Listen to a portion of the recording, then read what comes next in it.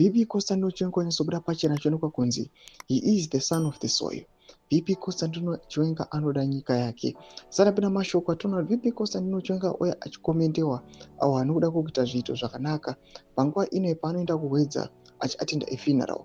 And panguva ino we have seen the ruling party ZANU-PF yakanga ine its workshop in Gweru. Yakanga tiona kuti the central committee ndo kwanga iri yakagara, and we've seen VP Constantino Chiwenga is snubbed that event. He did not attend. Saka pena mashoko budanyo panguva ino VP Constantino Chiwenga vari kuhwedza ndo subscribe or like on the bell icon.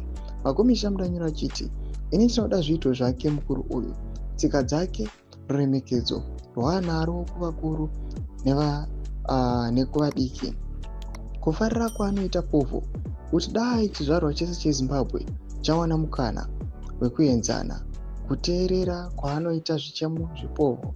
Ladies and gentlemen, please meet General Chiwenga aka Mukanya.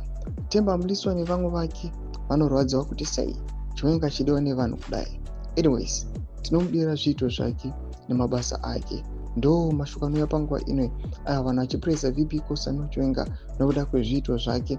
Panguva ino kuchionekwa kunzi VP Constantino Chiwenga is trying by all means aiwa kusaatenda mameetings evanhu vanoziva kuti vanoplana zvinhu zvinenge zvine corruption mukati, zvinhu zvinenge zvisiri kutransparent, zvinhu zvinoonekwa kunzi zvinguri zvecronism.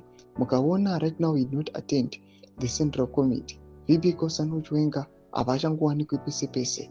Vamwe vanouya vachiti he is trying to protect himself, noda kuti he is the only figure onekwa kuti asara.